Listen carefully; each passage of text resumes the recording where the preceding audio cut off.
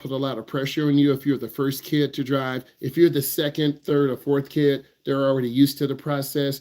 They're used to an instructor, and they tend to be more relaxed. If your mother's, I'm just being honest, if your mother or dad's a little bit overprotective, they're going to really be like watching you, and they should, right? Every 2 years, all instructors, and I'm an educator, we have to go through an FBI background check, and I think that's great. Whenever you deal with kids, coaching, college level, pro level, elementary level, anything dealing with kids, you have to have a fingerprint background. Say that real fast 3 times, and I think it's good. Um, and you're in the car with young men, young ladies. You want to keep it crispy. You want to drive. We're here to drive you. We're not here to just go around in circles. And I think the routes that good instructors take, you want to go into the neighborhoods. You want to make 12 right turns, 12 left turns. What's up, Jay? You want to make 12 right turns, 12 left turns to really teach you how to turn. Some of your parents turn hand over hand. Some of them turn hand to hand. Type into the chat, do your parents turn hand to hand or hand over hand, or do they palm the wheel? Everyone's a little bit different. There's no right answer. There's no wrong answer. People love to argue. Oh, it's hand over hand. No, that's wrong. You'll break your wrist. No, it's hand to hand. Everyone is different, right? I have very long arms. Sometimes you won't be able to turn hand over hand. Sometimes you palm the wheel if you get a little bit lazy. You're trying to back out. You really can't do hand over hand, so you might palm it real quick. But you could cut the wheel short, back into something.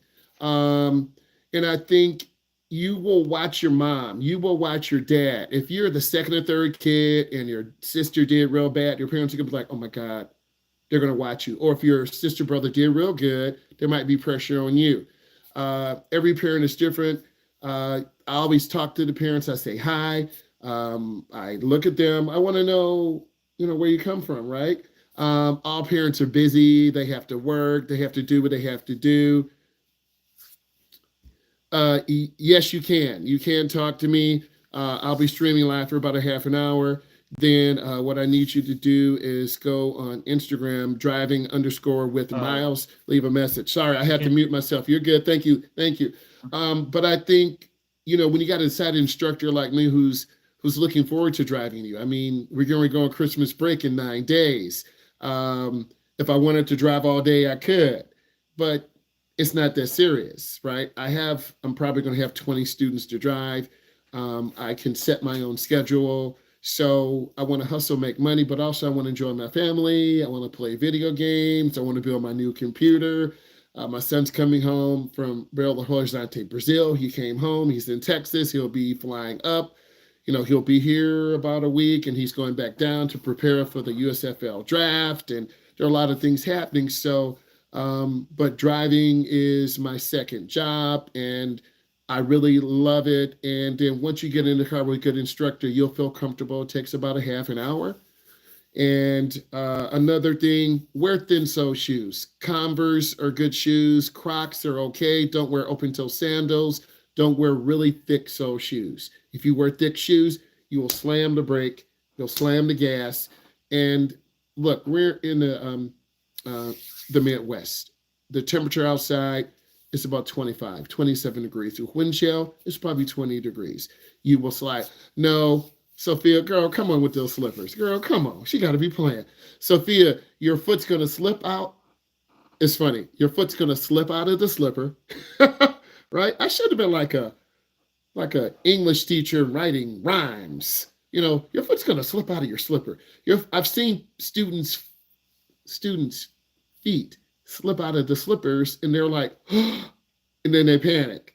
So wear a shoe. What if we get stuck in the snow and you got to push, and you're like, Mr. McKenna, I'm going to sit in the car. I'm like, no, you're not, bro. You're going to push just like me. So don't wear slippers. Dress for the occasion. Look, you young adults, don't dress like a middle school kid. Don't dress like a fifth grader. Don't have your shirt on backwards.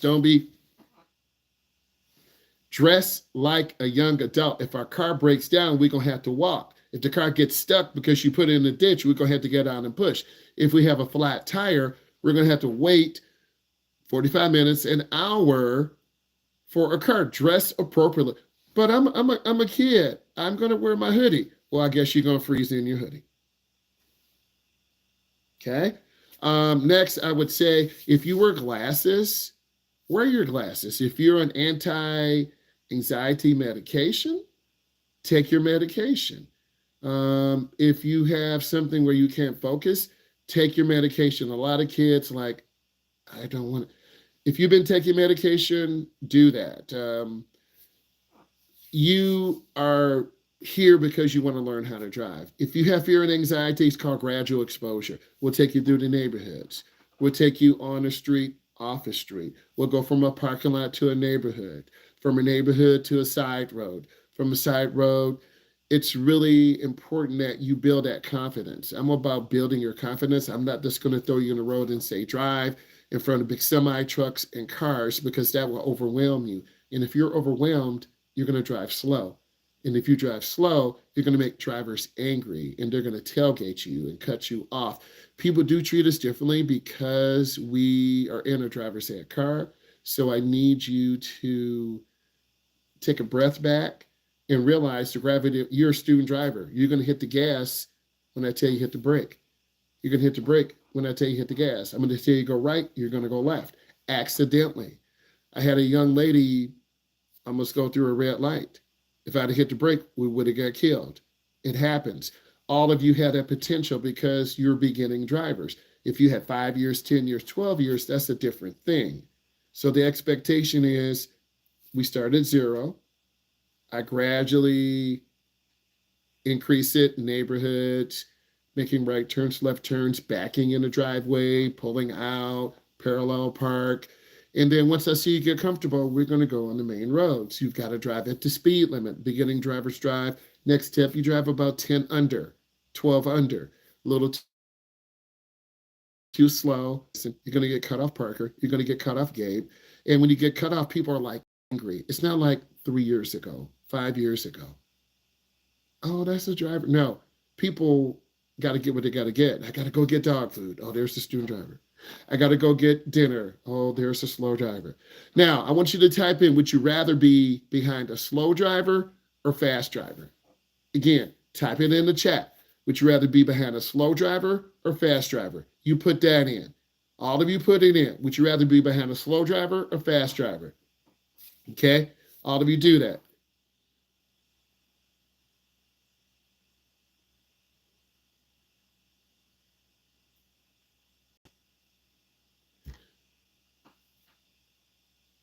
You always want to keep hazards. You always want to make space when you have hazards. Let's talk about a hazard. A hazard could be a semi truck. A hazard could be someone who's distracted. A hazard could be you as a beginning driver. A lot of drivers try to get away from us. I want you to understand this. Fast because I'm driving my own speed and they're going fast. It varies. Slow drivers, you're not sure. Are they going slow because they're tired? Are they on the phone? Are they a really old driver? Is something medically wrong? Everyone's a little bit different. Okay, hazard lights. If your car breaks down, you want to turn on your hazard lights. Okay, in the wintertime, it's really hard on drivers that have cars. It's hard on any car. We check our battery, we check our tires and brakes and floods. I don't want to be stranded in the driver's car. Usually every couple of months, we get a flat tire. Most of the time, the car does not break down. Not hating on the company. Every now and then you have car breakdowns. New cars break down. I would say don't wear the sandals. Don't wear open toes. It's going to be cold. If you're wearing slides or slippers, I'm going to tell you go home. I'll say it again. If you wear slides or slippers, I'm telling you go home. Wear a gym shoe. Okay? Well, I don't own any gym shoes. Well, you better have something that protects your feet. Okay? Because it is the wintertime. It is cold. No one wants to see your crusty feet. Right? And I think really having your seat adjusted, that's the next thing I will say. A lot of beginners get too close or they're too far. Too close or too far. So you want to have a slight bend in your arms. I want you to feel comfortable. I'm not your enemy. I'm your driving instructor. I'm going to give you right information. I would say the next problem, Nathan and Michael, is students who want to argue. If you start telling me how to do my job, Jace, I'm going to stop. I'm going to call your mom and dad. Come get your son. Because those students tend to crash. They think they know everything. It's always one or two girls or one or two boys every couple of years. I've seen my brother drive. They let me drive. Oh, yeah? Okay. But you're here taking driver's ed. So if you're trying to tell me how to do my job, we're going to stop. I'm going to call your parent because I'm not going to lie to you. And if I lie to you, I'm putting myself in danger of dying because every now and then there's a reality statement. Well, what do you mean? You don't stop right turn on red. You go through. We almost get hit. You didn't look all the way to the left. You turned. We almost get hit. This is not a joke. A lot of you think, it's not a joke, Q. It's not a joke. You know, I'm just calling everyone out. This is not a joke, Reed. You're here to learn how to drive, to live the rest of your life. Your age group is killed in accidents more than anything else. If you want to learn how to drive, you need to find a driver's ed school that is willing to teach adults. If you want to learn how to drive and you're under 18, you're enrolled in a driver's education program, either through your school or through a third party. If you're over 21 and you want to learn how to drive, you're taking private lessons. You have to get your TIP. Your TIP is your temporary instruction permit. You can drive with someone over 21. A lot of you are under 21 and you got to get practice with your mom and dad. There's another group that communicates with me. They're over 21. They don't have a job, or they can't get to work, or they can't save for a car. So it's kind of a cycle. You're making money, but you want to have enough money to get a car. You want to move out, but you don't have enough money to move out. You want to try to be your big boss, but you're relying on mom and dad. You have to make that decision. Many of you will learn from your brothers or sisters. Okay, I'm going to read some of your questions, put more questions in. Mom palms the wheel, dad palms the wheel, hand over hand. Most of you said a slow driver. Some of you want to be behind a slow driver or a fast driver. I would rather be behind a fast driver. Fast driver, he doesn't interfere with my driving. Many of you said fast because I can drive my own speed. I'd rather be behind a slow driver. Slow drivers can be dangerous also. They can hold up traffic. And that can create a danger in itself. Actually, put questions in, so I'm looking for those right now. How long should I be waiting for a stop sign? 3 seconds, minimum, 1001. You want your car to stop for a moment, pause, look left, look right, and then you go. If you start building those habits now, you'll always stop at a stop sign. If you start getting uncomfortable and lazy, you're going to get a ticket one day.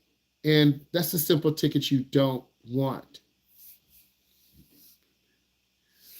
I'm 18, I still got my permit, but I don't know to drive good. So people are 18, people are 22. That 18 to 22 group, you've got to go to Secretary of State. Every state is different. Some states you just need a permit to drive. Like I met a young lady, Wisconsin, she just needed a permit. She was like 21, 22, 23. Every state's a little bit different. You may have older cousins or siblings. My brother is like 27. He doesn't want to learn how to drive. Everyone is different. It could be anxiety. It could be family embarrassment. It could be shame. Your parents are only going to try so long. Right now, you are your parents' life. And then after about 23 or 24, they're like, they don't want to drive. I'm done. Let's move on to our next child. And they'll leave you alone. But eventually, your parents will be too old to drive, and then you're going to have to drive. How do I pass the highway? How do I make sure I park well? You got to practice, Isabel. You got to put in the work in the parking lot. You got to learn to pull between the lines. Your high school, your college, your shopping. If you go to the mall and shopping, you park sideways, someone's going to hit your car. You're in college and park sideways, people will take a picture and post it on Instagram and Facebook. You park crazy in high school, they're going to put it on TikTok and YouTube. All high schools have an Instagram page. Learn how to park. It takes time. It takes work. A lot of people don't want to learn how to park. Learn to back in the driveway. Alice, I'm not that boring. Quit yawning. She's like, I'm playing. So Highway, you got to learn how to merge, get your speed up. It takes time. You got to learn how to merge. So if you're in Wisconsin, you just need a permit, but you still need experience. Check that. We talked about how long to stop at a stop sign, 3 seconds. On our first drive, do we start in the subdivision? We actually start in school parking lot. I'm gonna have you go up and down the aisles, working on vision. Going up the aisle, going to the right, you look to the right. Going up the aisle, going to the left. You have to learn vision, and that will help you when you go up to the street. Let's pretend you're going to make a right turn, Ella, but you don't look to the left. A car just ran a light. Someone's walking. If I can get you to start increasing your peripheral vision, that's what I'm pointing to right now, that's going to save us. A car might run a light. A person may be walking. So we got to work on peripheral vision. And that's really important. So start in the school parking lot, go to the sub, which is tricky because it's very curvy. You have to look where you're going or you're going to go off the road. So I picked specially designed courses to teach you how to turn your head and look. Straight driving won't help you. I have no questions, but my drive's 3, which you didn't see a lot because I live on a farm. Farm experiences are good too. Farms are a whole new ball game. We used to coach some athletes on the farm. You got to do your chores, shovel the horse poop, the cow poop. You got football practice. I get it.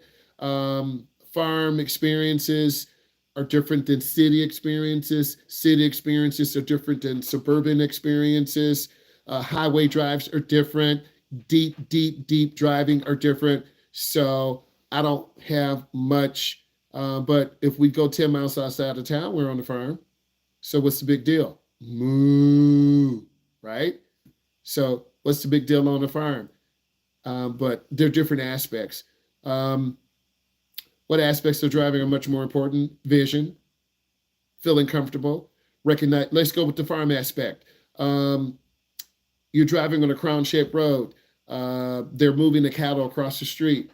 There's a lot of dirt. There's cattle poop. There's grime. There's grit. There's chunks of mud. You're going to slide and flip your car. You're driving at night on a really dark road. There's no light. You really can't see. You're driving an older car that doesn't have bright headlights. You're driving in a downtown area. There are people walking in front of you. You don't see them. Like I'm almost going to drive a couple of you tonight. Like I'm almost like, let's go. But maybe tomorrow night, I'll pick a couple of people and we'll get a night drive after class, which would definitely help you, which would definitely speed up the process because you need to learn how to drive at night. So every experience is a little bit different. Downtown areas, downtown Rochester, all those lights, very distracting. Any downtown area, you got a lot of lights, a lot of people. It's very dangerous. Same thing on the farm. We can go 10 miles outside of town. We're on the farm. How far away should I start to hit the brakes? It depends on how fast you're going. I would say about 4 cars. That's a general question. If you're going 60 or 70, you got to slow down sooner. 4 or 5 or 6 cars. Every car is different. Some cars have really good brakes. You can slow down later. Some cars have brakes that are halfway worn.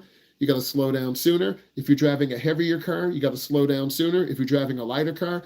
So Parker, the question he asked me has other variables. So I'm just trying to get you to think. It's not a general answer. How fast? Dirt road, rain, snow, slush. If it's raining or dirt, you got to slow down sooner. If you hit the brakes on the dirt road, you're going to slide and go into the ditch. If it's raining, you're going to slide. If it's snowing and ice, you're going to slide. So I would say squeeze the brake. Next tip, squeeze the brake. Use the ball of your foot. Could they make up 2 minutes of Zoom class? As long as you're on time. I don't make the rules. So the company's going to look at the video. They'll determine, okay, so Shaniqua, I'm playing. Shaniqua was here for a minute, an hour and 55 minutes. She's got 5 minutes. The state looks at this. The driver's ed company has to be in compliance. If they're not, the driver's ed company, bad driver's company, you didn't follow the rules. We're going to take your license. If I don't follow the rules, they're going to fire me. I'm following the rules. If you don't want to be here and you don't spend your time here, that's your fault. Your parents just said, well, you didn't follow the directions. You've got to go to another class.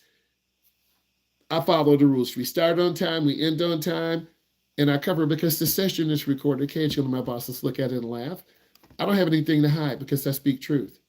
What is the best way to mentally prepare for your first drive? Relax, have fun. You're going to laugh. Don't overpsych yourself out. A lot of kids do that. They're all panicky and nervous. Those are the kids that crash. And I can tell. Don't wear sunglasses on your first drive. That means you're trying to hide, stare at the speedometer. Next tip, I'm looking down. Don't stare at the speedometer. That's what beginning drivers do. Look up, look ahead. That's what I need you to do. Aim high driving. Okay? So I'm reviewing the questions. Mentally prepare, relax, have fun. I'm a fun guy. I'm going to make you laugh. You're going to work though. Good turns, good speed control. Left turns are a little bit more tricky. Don't overturn the wheel. A lot of beginners squeeze the wheel really hard, and then the car will kind of drift to the left or drift to the right. A lot of you overthink it. Relax, be calm, trust the process. Once I've driven Allison a couple times, I know her style. Does she need me to crack a joke? Does she need me to be quiet? I'm a social butterfly. So this means I'm going to talk to you, I'm going to interact with you, and I'm going to get you relaxed and comfortable. Okay? Every instructor is a little bit different. I'm just looking at your question. We're going to parking lot, then into the sub, and then I'm going to start getting you on some of the minor roads where you got to drive at least 40 or 45. And if you are drifting off the road, we got to learn to keep the car centered. A lot of beginners tend to hug the right. Don't hug the right, we'll fall into the ditch. Hand over hand. No, you can't wear slippers. That was funny, but some kids do. Said I would rather be behind a slow driver. I'm worried about a worry I have. I can't read what you said. A worry I have is about going too far forward at a stop sign. I will show you what to do. And in some cases, we put the car in park and we walk backwards. And I show you, and you're like, oh. So sometimes we need to get out of the car and we need to walk back from the sign, and then I show you. So driving is a visual thing. If you don't know how to drive a car as an adult, you're going to have coaching. If you don't know, like you may have a brother, sister. So if you don't know how to drive, you have to get someone to train you. I'm a licensed certified instructor. You're here to learn how to drive. You're here to find best practices. So that's a common thing because you're learning about distance. And like I said, wear thin sole shoes. Be comfortable. Trust the instructor. If I see you getting overwhelmed, I'll slow the process down. I like to get into a rhythm. Well, what do you mean? Downturn areas are really good. You're going to make really tight little right turns, tight little left turns. We'll get a parallel park. I like driving on S curves because they really teach you to slow down going into the curve and accelerate out. Roundabout's good, but they're kind of scary, Jace, because you go in too fast as a beginning driver and you almost hit the curve. But if I can get you to go about 10 and look to the left, it's clear. Look to the right, you're like, I'm good. On the scale of 1 to 10, how difficult is it to drive? It depends on the person. Everyone is different. How difficult is it to get on a motorcycle and go? Most of you can get on a motorcycle, but you might hit the wrong brake and flip. You might try to make a right turn and spin out. You might go too fast and can't stop. So I can't answer that question. It varies on the person. Talking to someone on a computer, on the phone, is totally different than seeing your face and interacting. I think Lima's question is real good. We need more questions like this. And I think just being relaxed. If you make a couple of mistakes, I don't overreact. I'm chill. Good instructors are calm. They're relaxed. They show you how to improve. They show you how to get better. You should be looking at videos. You should be learning.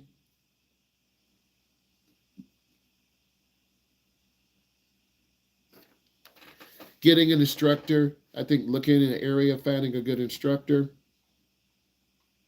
Okay, I'm going to put some other questions here. Give me a moment. I think you'll definitely enjoy this, so just give me a moment here. I'm going to put some other questions in too for you guys, so just give me 1 second here.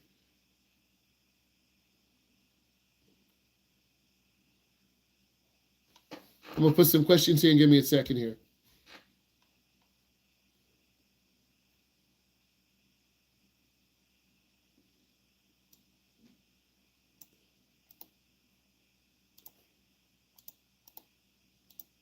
Okay, I put a question in. You guys answer it. I put in, what is the safest hand position on the wheel? Okay, what is the safest hand position on the wheel? You guys put in your answer. What is the safest hand position?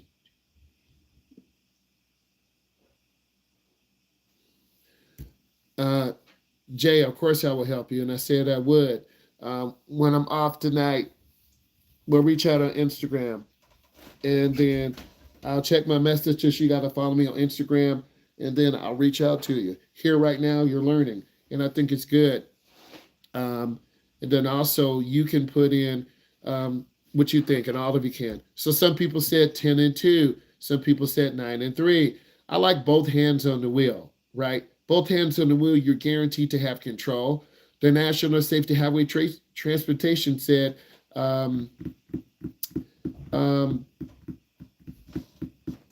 and 5. AAA said 7 and 5. You want to have both hands on the wheel, okay?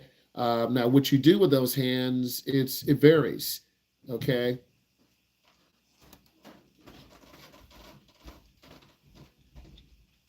We'll put some other information in.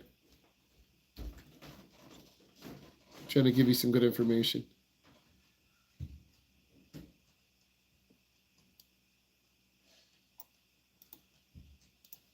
Okay, I'll put another question in. This is like test prep. All right. Which car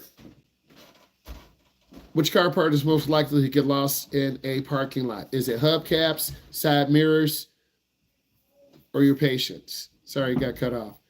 Again, because let's pretend you're going down to a major sports game. Okay? You got to have patience because you get cut off. If you've been to a concert, so which part of your car most likely to get lost in the parking lot? It is your hubcaps. Okay? Patience.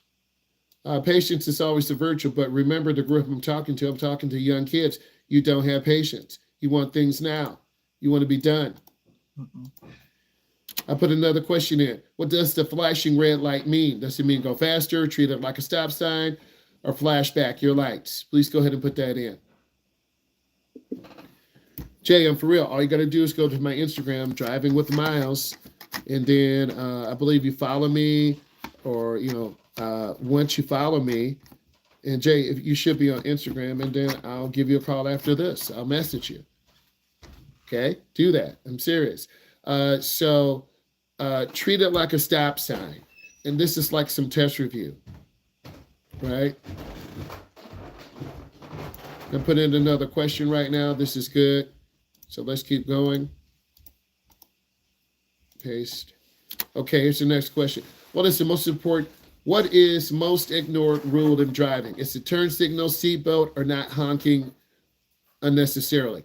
What is the most ignored rule? Okay, good question here. What is the most ignored? What is the most ignored rule? Is it turn signal, seatbelt, or not honking unnecessarily? The correct one is A. The blinker seems to be optional for some drivers. You always only use your blinker.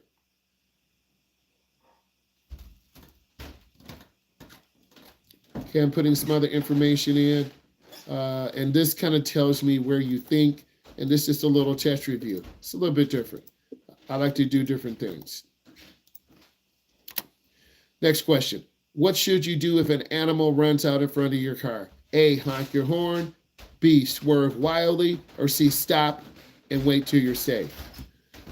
Can you send me some websites here? Because on the website I can't look at. I do have some quizzes, Jay, and some Kahoots that I normally use to teach in class. I can always send you links on those. That's some good test prep. Definitely. Yes. So the question is, what should you do if an animal runs out in front of you? May I use the restroom? Yeah, go ahead. You want to honk, swerve wildly, or brake and stop if safe. You want to brake and stop when safe. You don't want to swerve. You're going to lose control. You don't want to honk because that's going to make the animal freeze. You want to brake and stop safely, not slam brakes because you're going to get hit and the animal's going to fly inside the car or bounce off. We don't know what animals will do. They're unpredictable. The next question. This is a little test prep too. I like to do different things, and we're doing some test prep. I think I cut this one off. So done.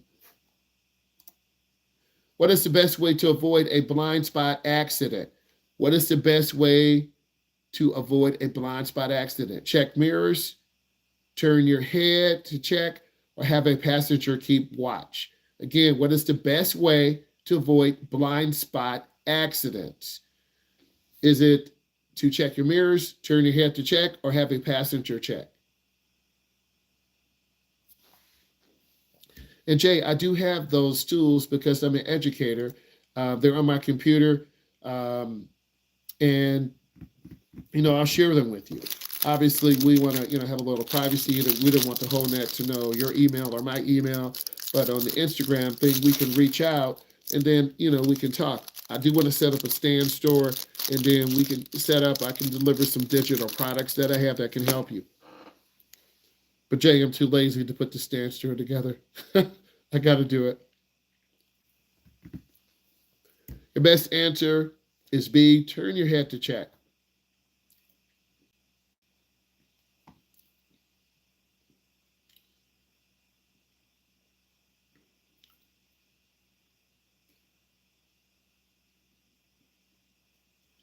Okay, this is great. And these are more real life situations. Okay, I'm putting the next one in for you. All of you listen. Paste. Okay, scenario. Your passenger keeps giving you bad advice. A, politely ignore them. B, drop them off early. Or C, turn up the radio. And some of you are going to be dealing with that because your friend might give you bad advice. They have no idea. And you're going to have scenarios like this. So these are some scenario questions, and they're more real life. And I like these because it makes you think. Okay. What's up, Jackson? How you doing? Okay. I'll check on the gram once I'm done here, but stay on. You're going to learn a lot. We're talking about driving situations. Okay. So we're going to scenarios right now. Your passenger keeps giving you bad advice. A, politely ignore them. B, drop them off early. Or C, turn up the radio. Well, I'm going to politely ignore them. Okay? That's what I'm going to do. But everyone's a little bit different. Next scenario. Yeah, go ahead. And I will pay particular attention to this because these driving scenarios are really like real life, right? Scenario, you're driving and it starts pouring rain. A, keep going the same speed. B, slow down and turn on your wipers. Or C, pull over and wait it out. Again, you're driving and it starts pouring. Thank you, Jackson, for coming right in. Jay, you should listen to Jackson. She reached out to Instagram.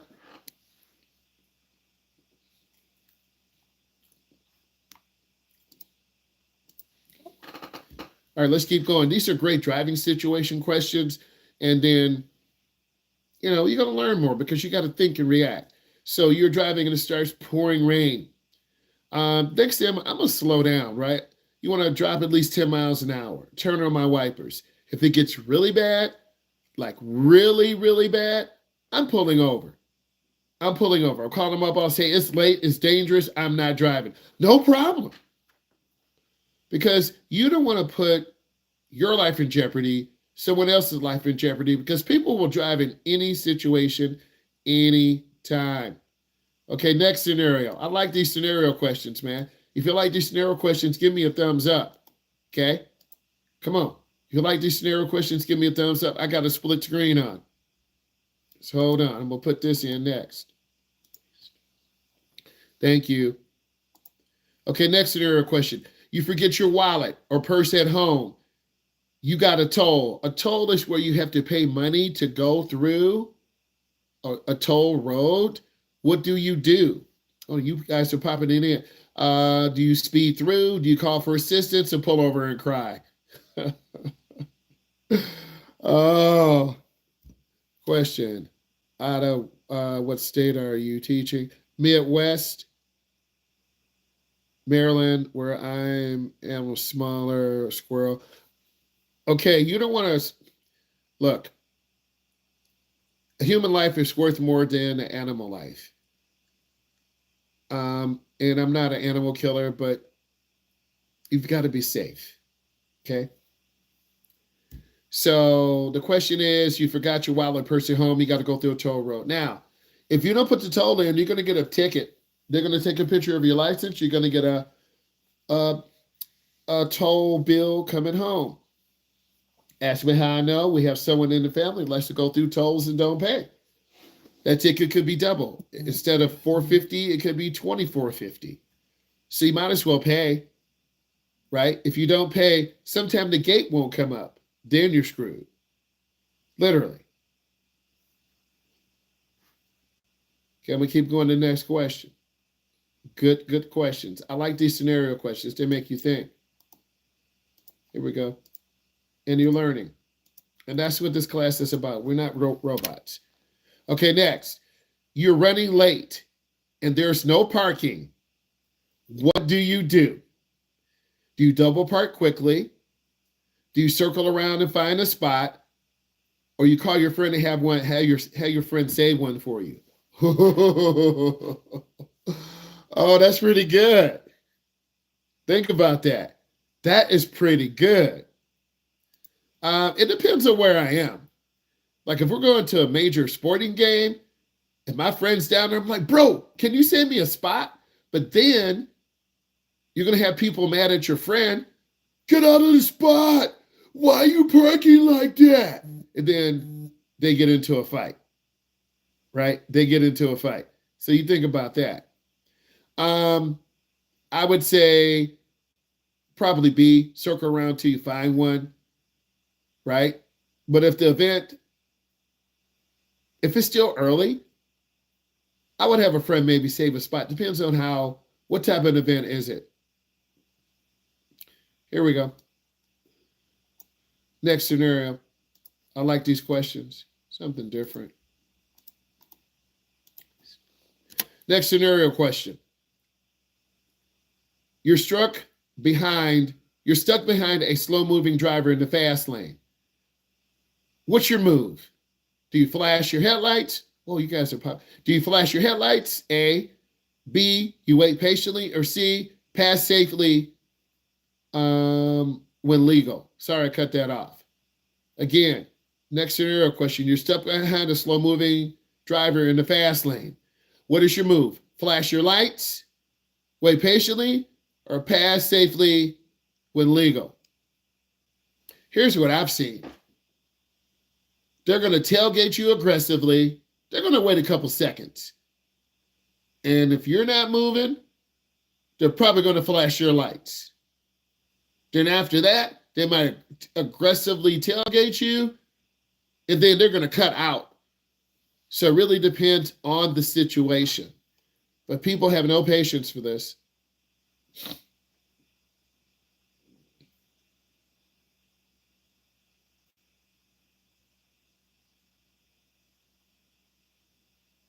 I'm just looking through. I like those scenario questions. And this is your test review too, something different.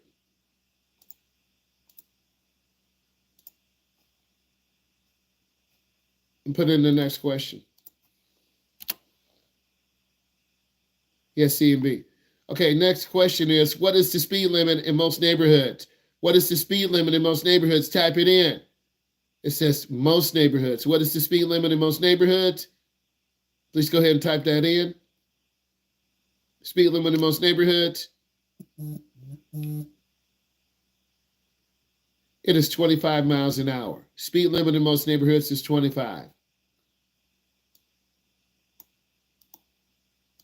Put the next question in. This is a nice little review for us. Next question. What is the penalty for running a red light? Again, what is the penalty for running a red light? Type in your answer. What is the penalty for running a red light?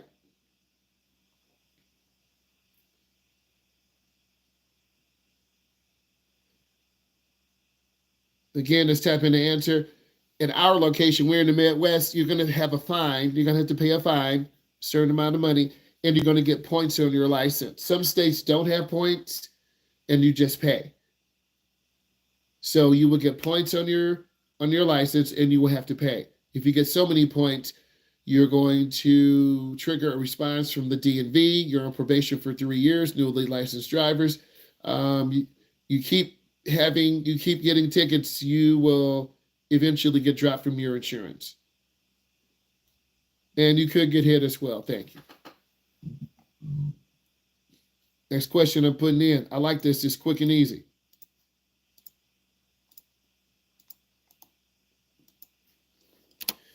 What is the most important thing? What is the most important thing before reversing?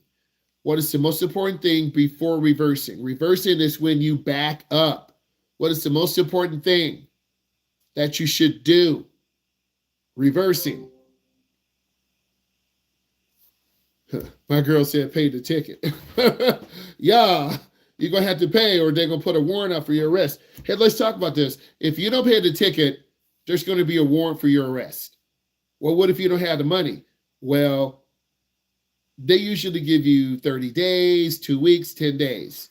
You better be asking, Mom, Dad, can you spot me $150 for what? Just need the money. You need to tell us, I got a ticket. No. And then you got to get lectured by your mom and dad, right? If you don't pay the ticket, it's going to be a warrant for your arrest. And then when you're driving around the stop sign, you're like, oh my God, I didn't pay the ticket. Sir or ma'am, can you please step out the car? You're about to be arrested because you didn't pay your ticket, right? You didn't pay your ticket. Most important thing about, the most important thing before reversing, I would say definitely look out your back window, check your mirrors, back up slow, cover your brake.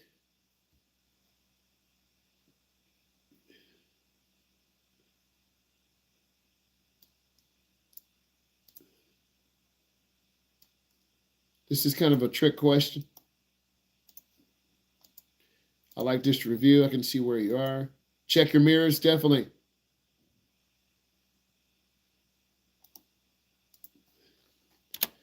What is the safest hand position on the wheel? That's kind of a trick question. What is the safest hand position on the wheel? Put your answer here. Safest hand position on the wheel. You always have to check around your vehicle. You always should. Reversing is one of the most dangerous maneuvers. What's the safest hand position on the wheel? It depends on how you were taught. Could be 9 and 3. Could be 10 and 2. Could be 7 and 5. Could be 11 and 1. Every instructor is a little bit different. We all have to go to a driver's education training program. I took mine at the university, and then every 2 years after that, we pick a professional development course. 2 years ago, mine was on bicycle safety and pedestrian safety. I learned quite a bit. I learned about the dangers of bikes and cars and bikes, what bike riders should be doing, what cars should be doing, what pedestrians should be doing. Example, if you're a pedestrian and there's no sidewalk, you need to walk toward traffic.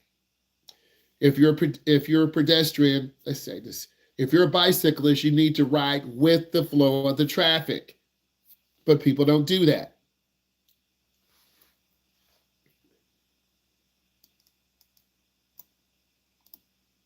Next question. I'm going to get mixed answers. True or false? You can text at stoplights. True or false? You can text at stoplights. True or false? This is a great review for you. We'll rock for about 10 more minutes. True or false? You can text at stoplights. It is false. We cannot text at stoplights.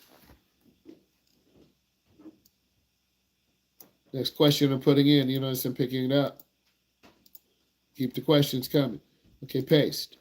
How far should you follow behind a car? How far should you follow behind a car? Please put that in. How far should you follow behind a car? How far should you follow behind a car? There's a general rule. I see some good stuff coming in. It does depend on how fast you're driving. It's a car length for every 10 miles an hour. So if you're going 40, you should be 4 car lengths. If you're going 30, you should be 3. If you're going 20, it should be 2. But you want a minimum following distance of 3 seconds. Minimum. So that answers a lot of your questions. Oh, this is a good question.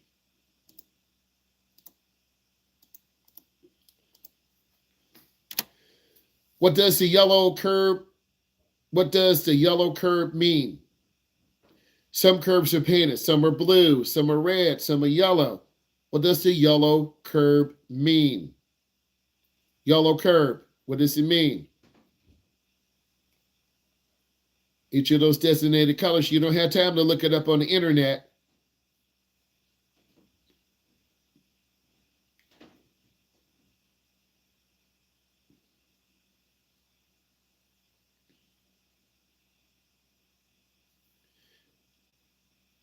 Look out for it. Could be a warning.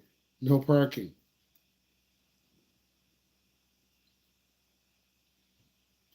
It's a warning. Yellow's designated as a warning. It could be just for dropping people off. Yellow's always warning. Blue is always handicapped. Red, no parking at all. Caution, thank you. Let's keep going. Solid review. Getting good information. 2-second rule. It's a car length for every 10 miles an hour. Minimum following distance is 3 seconds. In bad weather, it's worse. When should you use your high beam headlights? When should you use your high beam headlights? Please type it in. No stopping or standing. No parking. It could be a loading or unloading, a loading zone.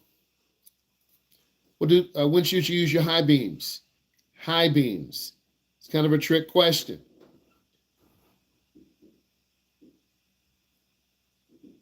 Jace, it's not never. You don't want to use it in the fog because in fog, those high beam lights can reflect back towards you. If you're alone on a country road, if you're on a long stretch of highway and there are no cars, you can put it on your high beams. You want to turn off your high beams within 500 feet of a car coming. Well, how do we know if a car is 500 feet? When you see the car over the horizon, when you see the headlights, cut off those high beams. Difficult to see with no traffic.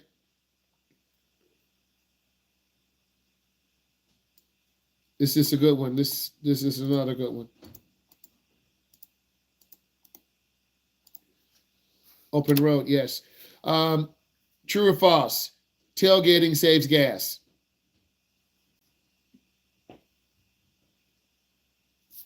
You can use your high beams at night as long as there's no other cars around, right?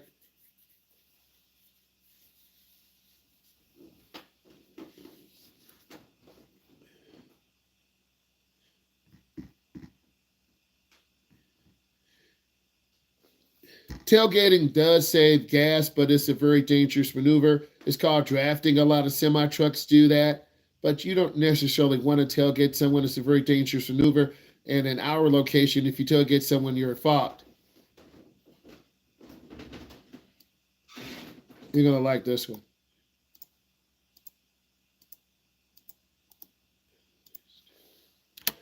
What does the R on the gear shifter stand for? Hint, it's not race. What does the R stand for on the gear shift? And hint, it doesn't mean race. I think you find these questions very helpful. And this is nice for us to kind of get you guys going. I like to switch it up a lot.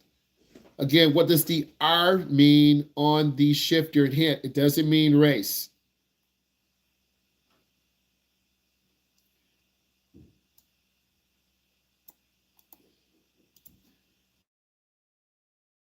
I'm going to put in Is it illegal to drive barefoot? Again, it is illegal to drive barefoot. Is it illegal to drive barefoot?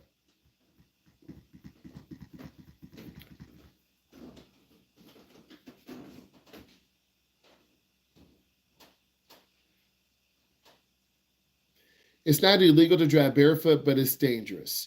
It varies from state to state.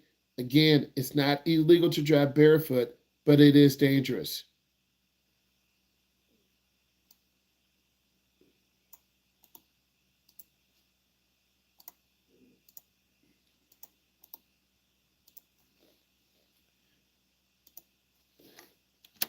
Next, can you drink coffee while driving? I love this. Can you drink coffee while driving?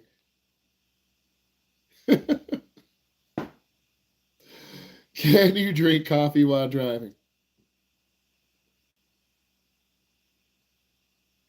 Mr. McKinney, Yes.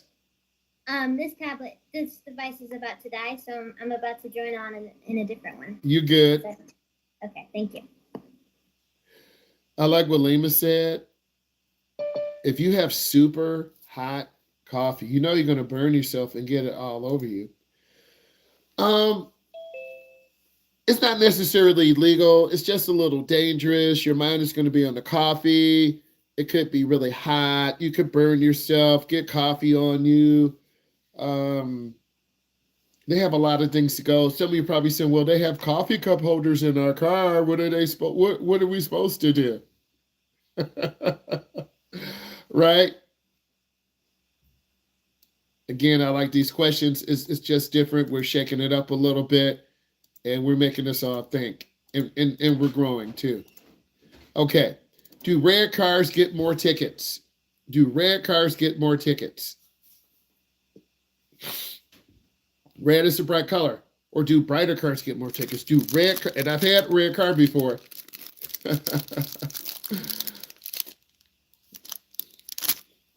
This is good.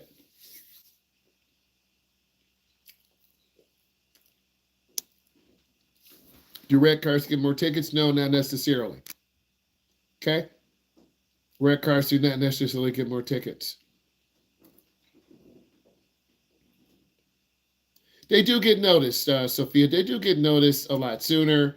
I do have experience with that. I'm smiling. Guess I had a bright red car before in my 20s, and people in their 20s, what do? They go fast. So you see people looking at you. You see people looking at you, watching. Okay. Okay, I don't know if I put the next question in. Let's hold on. Sorry about that. Copy. Can I put the next question in? You guys are answering these questions real quick. Hold on. Thanks. Okay. Should you warm up your car in the summer? Again, should you warm up your car in the summer? Tell me why.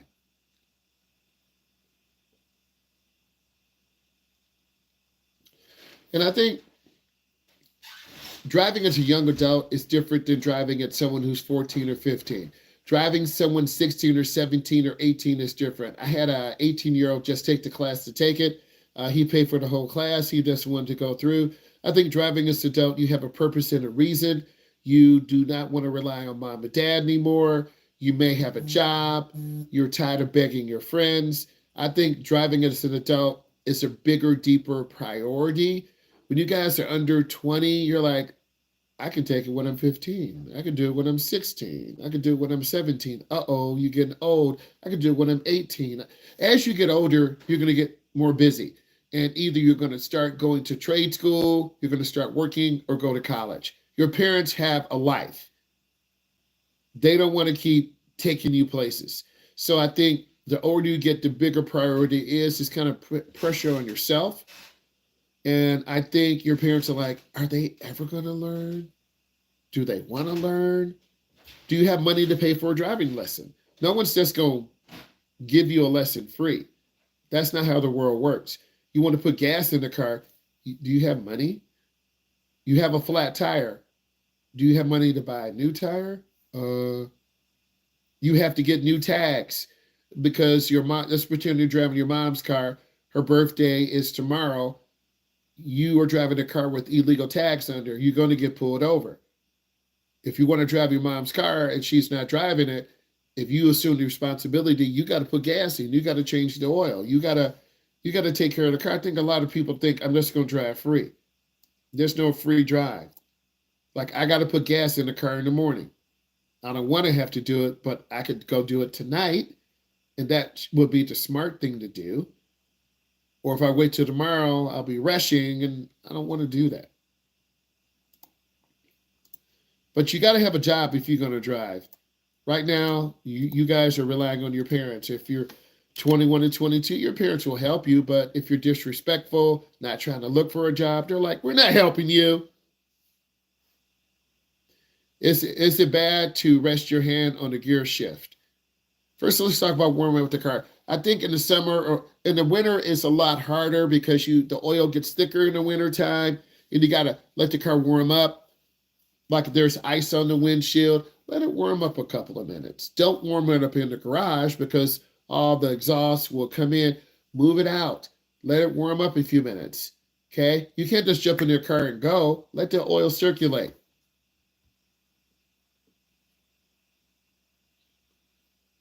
It's unsafe. You don't want to lay your hand on the gear shift because eventually it could put weight on the gear shifter and make it slip out of gear. Okay?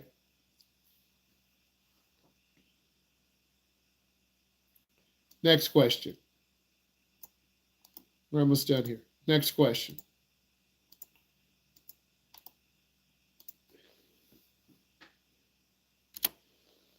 What is the number one cause of accidents? And to answer your question, because I definitely need to learn how to drive because I really have been asking people to pick me up and drop me off. I think you are kind of in a tough situation. Your friends love you and care. And of course, they'll pick you up and drop you off. But at the same time, your friends will pick you up and drop you off. That's what friends do. Okay? That's what friends do. But at the same time, you're going to wear out your friendship. And you got to start taking care. You got to start taking care of yourself. Example, my car's out of gas. It's out front. I could call a friend. They might put in $20. That'll get me through the week. But if I do that again next week, they're going to be like, I already gave you some money. You lost your job. You're not paying your money. You don't want to wear out your friendship.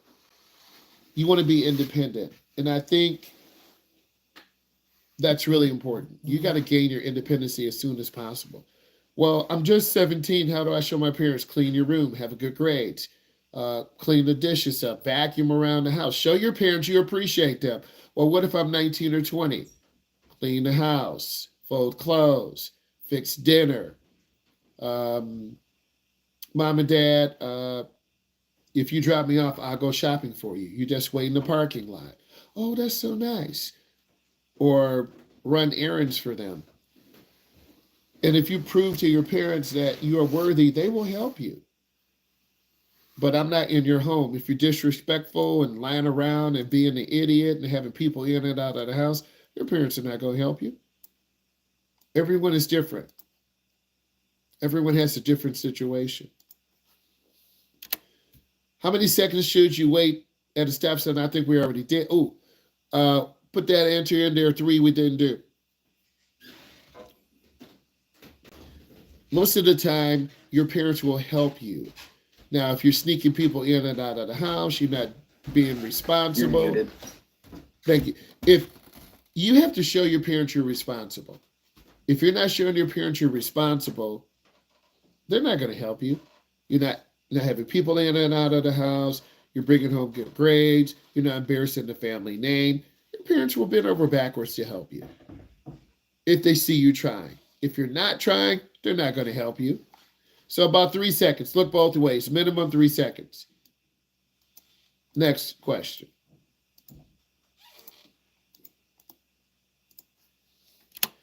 What do you do if your tire blows out? What do you do if your tire blows out?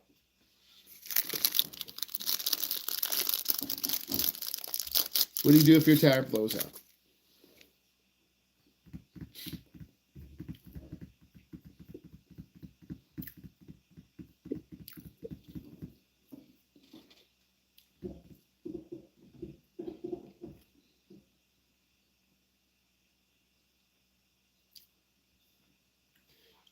Okay, your tire blows out. First thing you want to do is lift your foot off the gas. Don't hit the brake. Let the car slow down as much as possible. Gain control of the car. Get it off far, far, far, far off the side of the road. This afternoon, I saw a gentleman in the parking lot. He had a flat tire. I said to myself, you got to know how to change a flat tire because it's going to happen to you one day. You can't always call on mom. Can't always call on dad. You got to know how to do this yourself. And if you don't know how, you're going to be sitting there relying on someone to help you.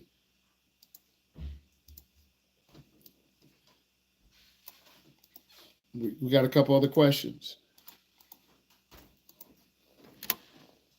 What's the first step in parallel parking? What is the first step in parallel parking? First step. First step.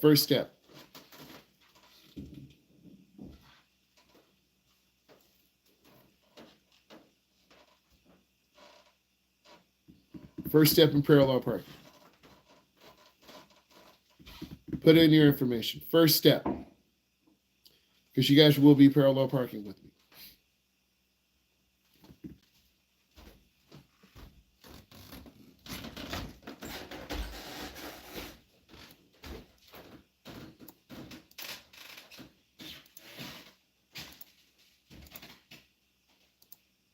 First step in parallel parking.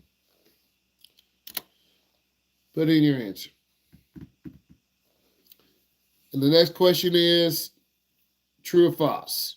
Can you drive without insurance? Can you drive without insurance? Can you drive without insurance?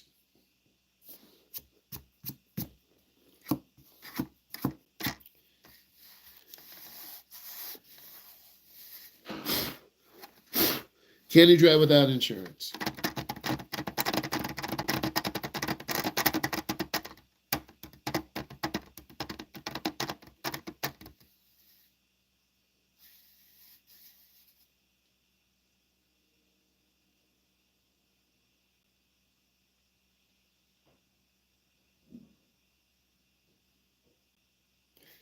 There are people who, the number one thing that I found, and that's another tip I want to give you, learn to try to be on time. And I say this in a real way.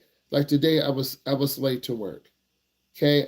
I got up at 5:30. I had to work out, and then I was just tired, and I usually get on the treadmill for 20 minutes, and it's making a big difference in my life. Then I had to do some stuff on the computer, 20 minutes on the treadmill, another half an hour on the computer. That's 6:30, team. Then had to get dressed and do some other things. So I left the house at 7:30. Normally I leave at 7 or 6:45 and had to get breakfast. So I was rushing. As a result, I was driving too fast. Lights kept changing on me. You get impatient. You do stupid things. So another thing I would say, they do tailgate constantly. Try to get up earlier. And I say, and I'm being real with you, early or be on time. If you practice getting up early, you don't have to stress. You know, if one of your parents is early, one of your parents is late. One of your parents is early, one of your parents is late. If you get up late, you got to get dressed fast, take a shower, brush your teeth. You got to do all these things. Then you almost forget your backpack. You almost forget your keys, or you forget your wallet. So I would say just get up a little bit earlier. And those of you who are learning how to drive, you're going to drive with me. If you got a late parent, Mom, Dad, please get up. He said be there on time. And I'm human too, right? The driver's their car might need gas. Do I come there, show up with the car almost on E? Sometimes I do. Or do I have you drive it to the gas station? You know, we all are human if the train is coming, right? So we're human. What if it's snowing and the road is shut down? So it varies. Okay. Let's talk about driving without insurance.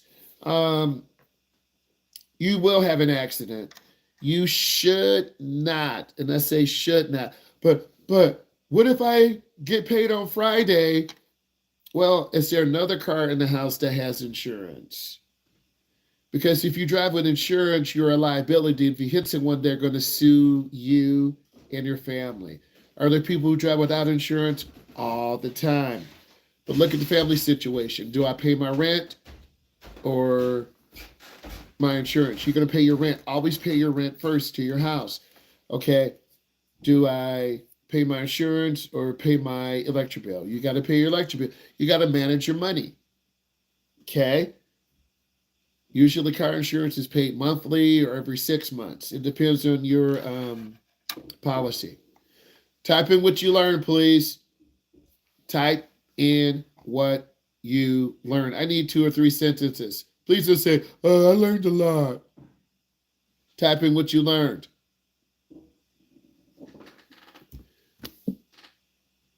Your videos have been helpful, lifesaver, and for me, I've gained. Good. Any pointers? Keep watching all the videos. I try to put in real life situations in the morning during rush hour, coming home, rain, snow, and from the responses I'm getting a lot of good feedback. I have some good parking tutorials. Downtown driving. I went to the downtown metro area. I drove in from Iowa. I went through downtown Detroit, west side of Detroit. A lot of valuable information going through those neighborhoods, learning how to reverse parallel park, back end driveway. Although it's a front view, I had some other angles. I had the Ray-Ban Meta glasses. They definitely help. Hi, guys. I'm new. I'm alive. What's the point, please? We're talking about driver's ed. We're talking about preparing for driving. We can't hear you. Person had a question. We're here to learn how to drive. And I think just planning for this event. If you're learning how to drive, get a good coach. If you're learning how to drive, get a good coach and get a good used car. Everyone can't just buy a new car because you got to establish credit. Right now, you guys don't have credit. Your parent or guardian might get you a credit card at 17, 18, or 19, $500 limit. My daughter got a $500 limit on a department store card. That's the devil. Why? You're going to charge it up in one day and don't pay it, and then you're trapped forever. But she is very responsible. You have to establish credit at 17, 18, 19, or 20. If you don't, you won't be able to eventually move out into an apartment. You won't be able to get a car, get a mortgage. It's so many things. But I thought this was driving. Yeah, but it's bigger than that. And if you get a used car, you're going to have to get gas in. You're going to have to work. Your parents are not just going, here's money, here's money, here's money. They're not going to keep doing that. So you have to get a job. And once you get a job, they're like, oh, you got a job. Okay, we're going to help you. Grandma's getting a new car. We're going to fix this one for you. But that car is 10 years old. You're so ungrateful. Really? You have a car. You don't have a car. You're just walking. Be quiet, child. Oh, thank you, Grandma. I love you. I thought so. So this is a life skill. Some of you will do well. Some of you will fall flat on your face. Some of you will never get a car because you'll never establish credit. You'll never work. You'll always. So you have to push yourself. You got to get out of your comfort zone. And I think that's really important. So we talked about scenarios. If you're stuck behind a slow driver, if you're running late, you forget your wallet at home, your passenger keeps giving you bad advice, you're driving and it starts pouring rain, speed limits in the neighborhood. We talked about driving myths. We talked about safe driving.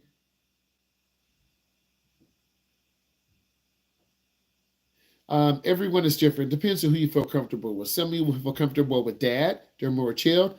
Some of you don't want to drive with mom because she's like really nervous. you got to find out the parent that you're comfortable with. We talked about stopping behind a sign, tire blowouts, parallel parking. What do you do if you miss your exit? These are funny scenarios. What do you do if you miss your exit? And this is a great review. What do you do if you miss your exit? Do you make a U-turn? Do you panic stop? Or do you go to the next one? What do you do if you miss your exit? Work at home, what do you do if you miss your exit? Work at home, if you really work at home, you got to do your work. Okay, if you miss your exit, what do? You go to the next one. Do people make U-turns? Yes. Do they make panic stops? Yes. Do they back up? Yes.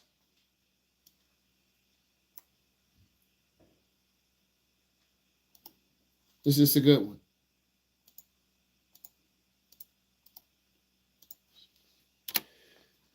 If your car runs out of gas, what's your first call?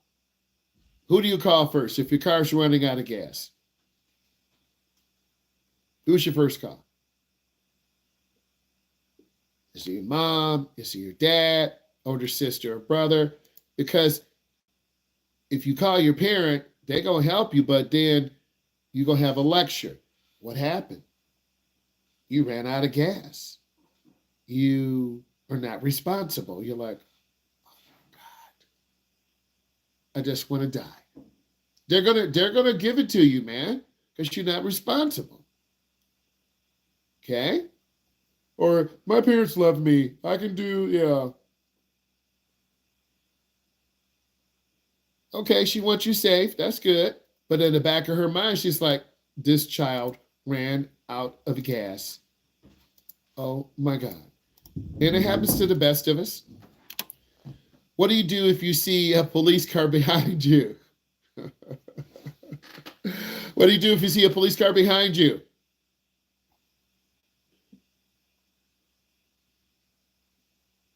What do you do if you see a police car behind you? It doesn't say lights are on. You just see a police car behind you. What do you... Okay, Grayson said to stay calm. What do you do if you see a police car behind you? Continue driving as normal. Make sure you should always have your seatbelt on. You know, double check everything. But if you have a tail light out, headlight out, you might get pulled over. Sir, ma'am, do you know your headlight's out? Oh, by the way, there's a warrant for your arrest. Oh, crap. Something about a stop sign last summer. I knew you were going to get me. I'm sorry.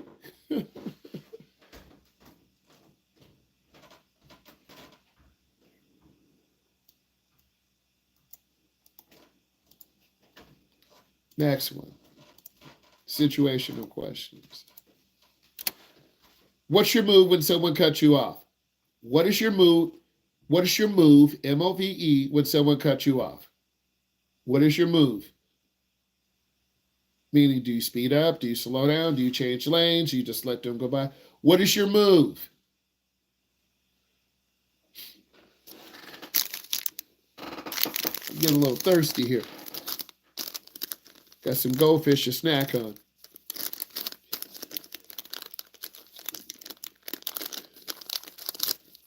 Again, we're talking about driving. Becoming a better driver. When someone cuts you off, I think you should just maintain speed. Business as usual. If they're in that much of a hurry, they're just going to cut you off, cut someone else off, and it's not really you. Because you could be doing everything right and someone wants to go 1 mile an hour faster. You could be in the slow lane that cut you off. You can be in the middle lane that cut you off. You can be in the left lane and there's barely room and you get cut off. You can't take it personal. I really like these questions because they make you think. And that's why we're here. What is the weirdest thing you've ever seen on the road? Again, what is the weirdest thing you've ever seen on the road? Please put that in.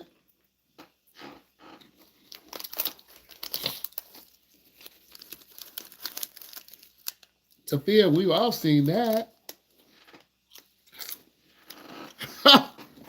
A cow getting out of the car because of road rage? A dead cow, Sophia? Christmas lights on the car. I saw that today. A dead possum. It's like seeing that. A naked guy running across the street. I seen the turkeys. A truck with a bed as a front. Yeah.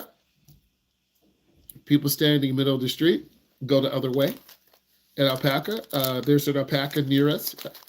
Someone's door broken off as well. The internal stuff was also there. The bumper was gone. Jace, I've seen an alpaca before. A winter bagel? Winter.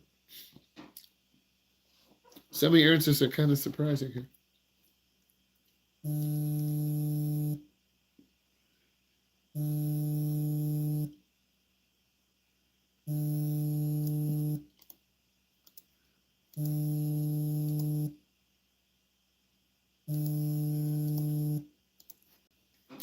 Next question. What is the best way to conquer a roundabout? A man selling wooden spoons? I've seen people sell a lot.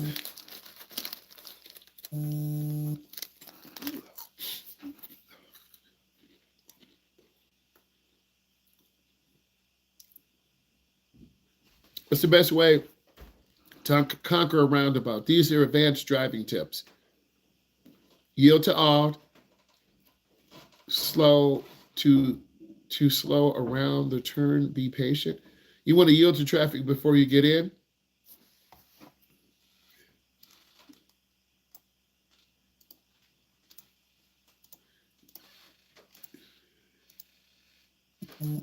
Next question. When should you brake in the turn? Meaning, should you brake in the middle, before, after, or not at all? When should you brake?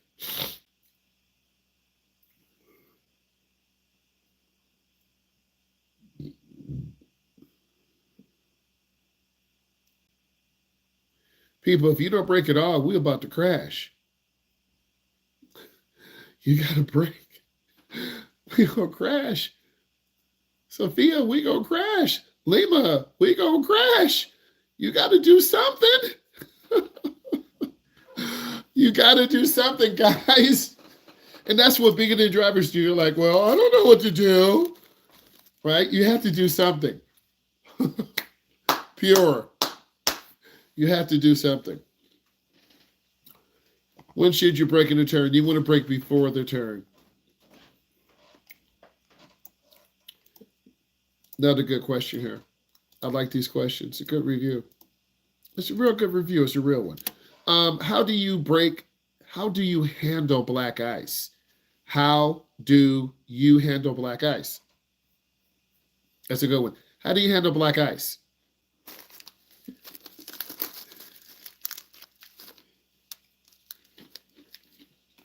Reed said you don't. Stay slow and aware. Slow down. Take your foot off the gas. Avoid it. Or sometimes, my boy, you can't avoid it. Black ice is in shaded areas, on bridges, any surface that's elevated. Drive slow if you spin out the direction, veer, you're not going to break up. Drive slow if you spin out, steer the direction, the rear is, okay, I understand, Sophia. I had to read it a couple times. Thank you. You want to drive in the direction you want to go. You don't want to oversteer and over panic. Occasionally, I've had students oversteer and over panic. I try to hold the wheel, catch the rear of the car. Most of the time, we're okay. I have been into the ditch because students panic, and going in a ditch is not fun. It's scary. You want to reduce speed. That's what Google said. Don't believe Google. Let's talk about real life. What ChatGPT said. Can't always believe Google, because Google is just going to scrape whatever information from the internet and give you an answer. Google's AI too.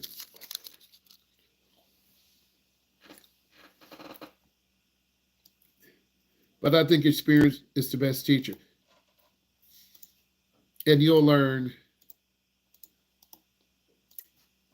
Next question. What is the safest way to use cruise control? What is the safest way to use cruise control? This is like a straight study session, guys. Like, I'm loving this because we're getting a lot of good practical advice, good information. We're all sharing.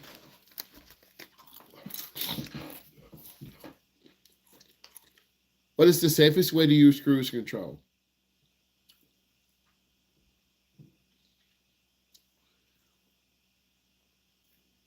Well, number one, you want to use cruise control when there's good weather.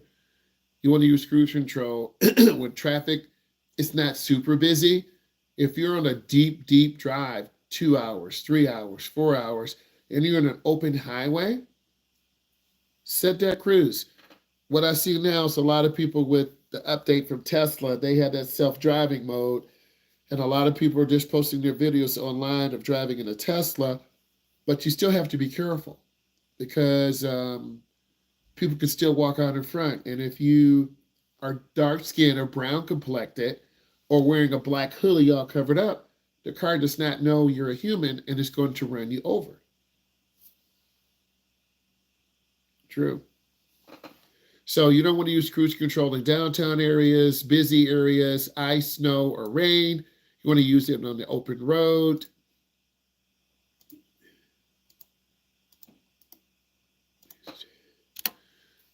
How can you save on gas on the highway? Again, how can you save on gas on the highway?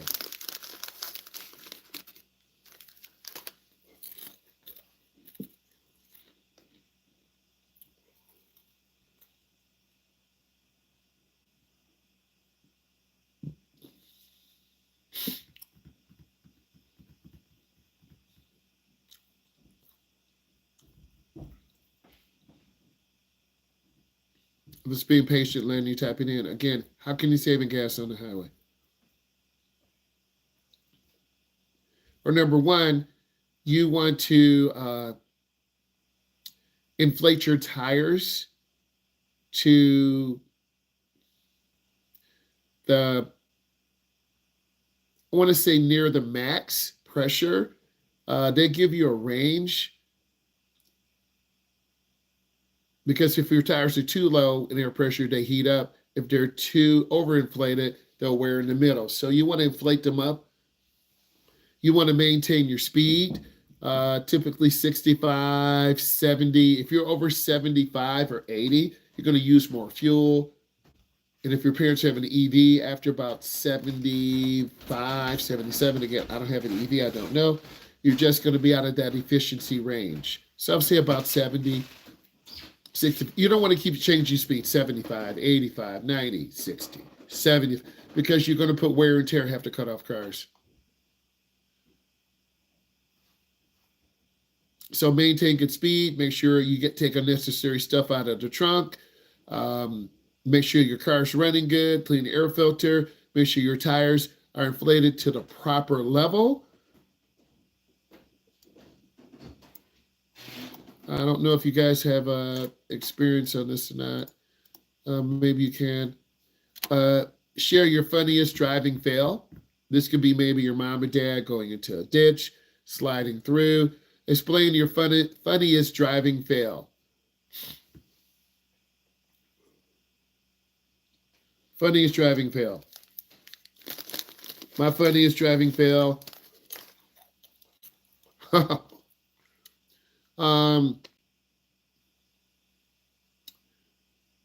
had a coat hanger holding up my exhaust. I didn't have my rear bumper, so I used a coat hanger to hold my license plate. I got pulled over. My mom went reverse out of the road. Ooh. Drove through the wall. Ooh. My cousin drove the wall.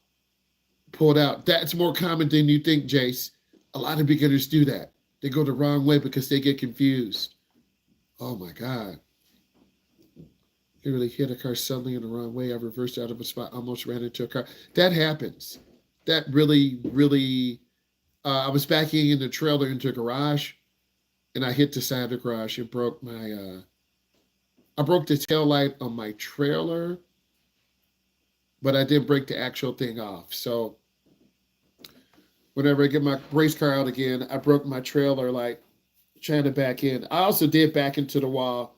Like, I dented it, but I cracked the wall, the drywall. Yep.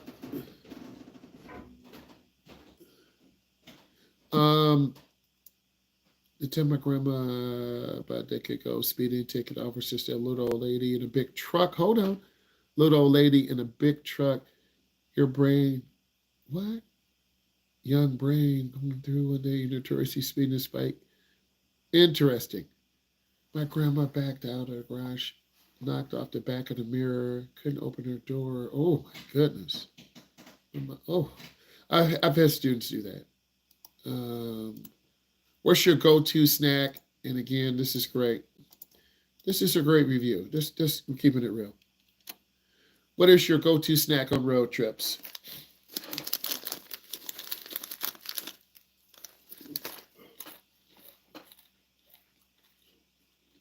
Go-to snack. You see me eating right now, right? Doritos.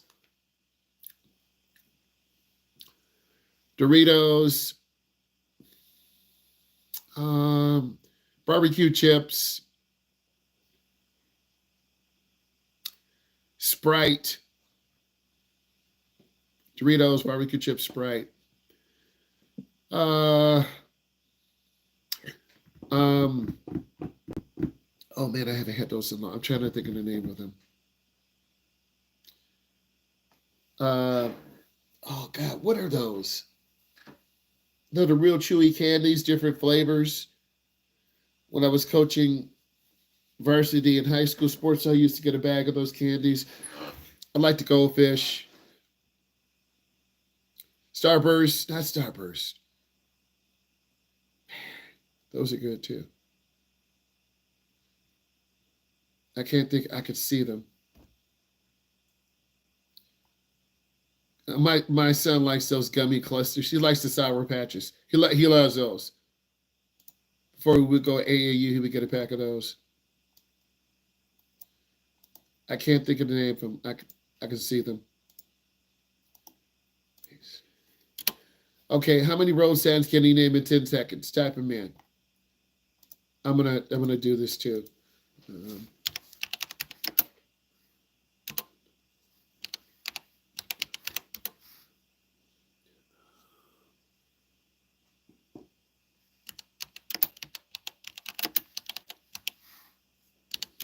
Okay, I put a stop sign, yield sign, no left turn.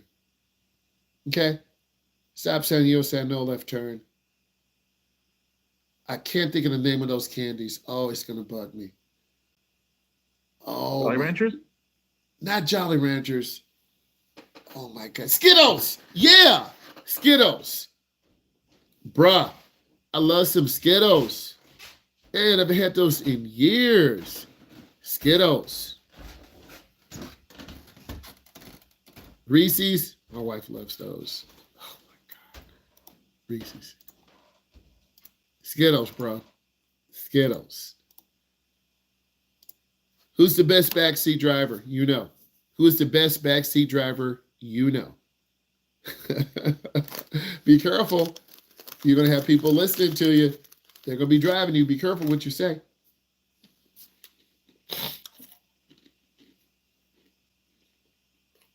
Best backseat driver you know.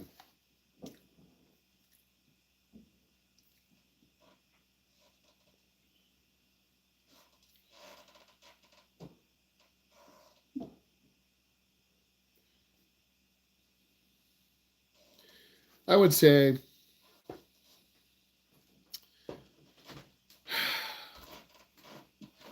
probably my wife. And I say that with respect. My wife. Best backseat driver. I'm saying that low. But I got a lot of aunties too. Okay, this is some closing fun. We're almost done here. This has been really good. Good review. Real talk. I'm going to show you a couple of videos too. Okay, true or false? Turn signals are optional. True or false? Turn signals are optional. Is it true or false?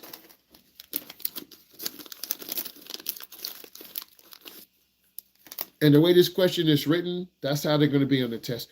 Turn signals, it is false. Turn signals are not optional. You got to use your turn signal. This is closing fun.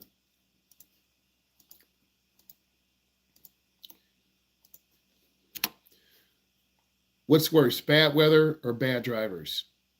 What is worse, bad weather or bad drivers?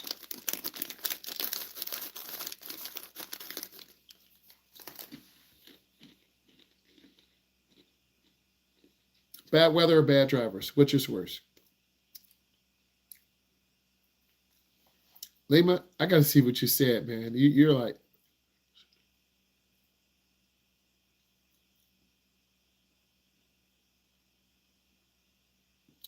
bad weather. It's bad weather on it's bad weather on can't kill you.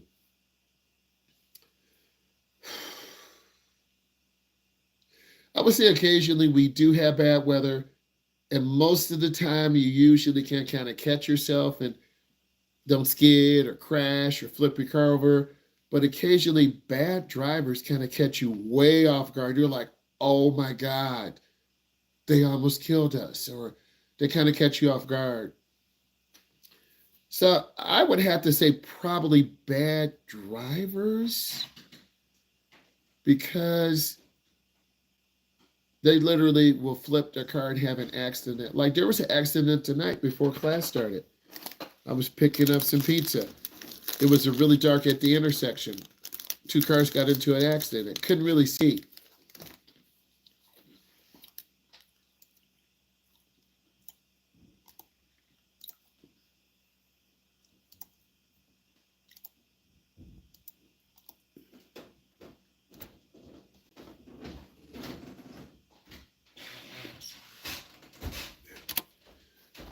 I want to talk about this next one. Then I will answer this question about a Subaru.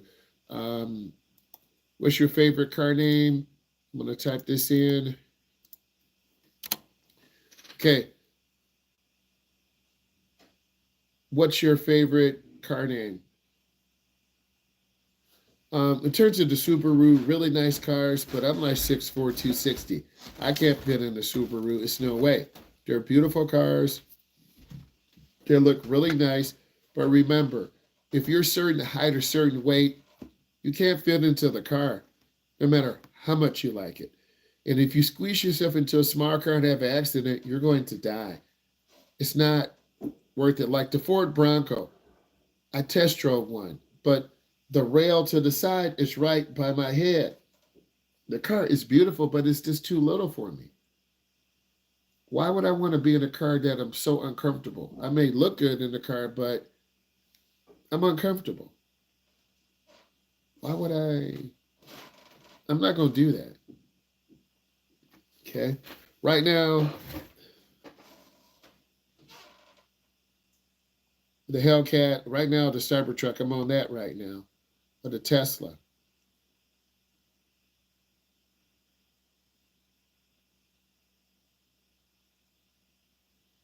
Yeah, if you're hitting your head in the car, like you're going to find a really nice car you guys like, but you just can't fit in it. And you're like, oh, I'm so sad. The Volkswagen Beetle is really nice. Usually Volkswagens have really good insurance rates. You got to check the insurance on that. We'll do a section on insurance too. I would say just check. Type it into some of the local insurance generator things online, but then they want you to put in your address. They want you to put in the email so they can give you a quote.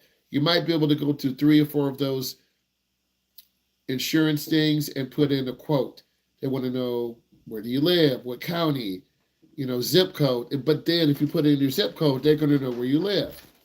But you could call for a couple of quotes. I used to do that too when I first got my car because I wanted the cheapest insurance possible. It's a good time back then.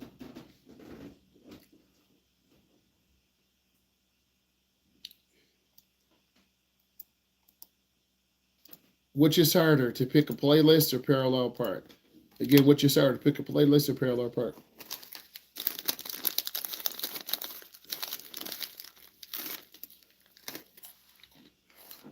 I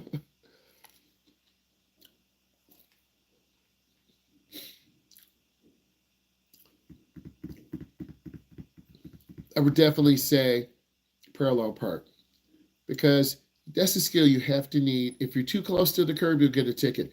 If you're more than 12 inches away, you'll get a ticket. A lot of downtown areas, they have very strict regulations, and they have meter maids. These are people in little bitty carts that will come around. They'll mark your car with a piece of chalk, and then when the meter runs out, they'll give you a ticket. And they'll scan your license. They'll print out a ticket. They don't have to write it out anymore. Okay? Some places will actually measure because they know parking is a premium in downtown areas. That's how they make their money.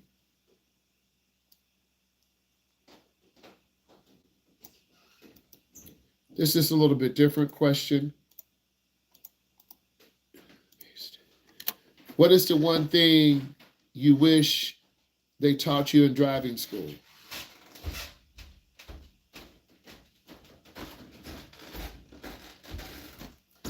But you're in it right now. What's the one thing you wish you learned or have learned in driving school? Decision making. Like that. Well, you'll learn decision making because half of it is making decisions. U-turns. Speed. We'll go over speed control. Please be honest with that. Speed control.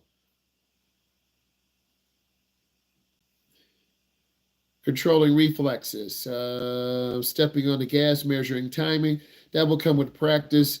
How not to get distracted. Your family and friends. Allison, tell your family and friends, bro, stop talking. I'm driving. How to stay more focused on the road. Jace, that will come as time goes on. Sometimes I just try to be really chilled in the car. But I could tell you, need my support. You're like, please help me. I'm like, I got you. Ella, I try to teach good speed control. Jace, you will get more focused as time goes on. Some students are on medication, some are not. I'm not your mom or dad. I'm an instructor, so I try to. Once I learn what you need, I can help you, right? I can really help you, and then I'll give you best practices. If you're the first kid through, your parents are like, "Tell me what they need." Let them drive, leave them alone.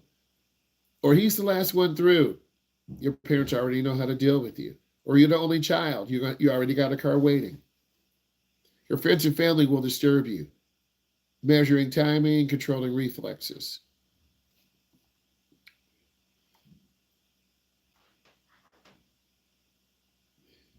Okay, give me a second here.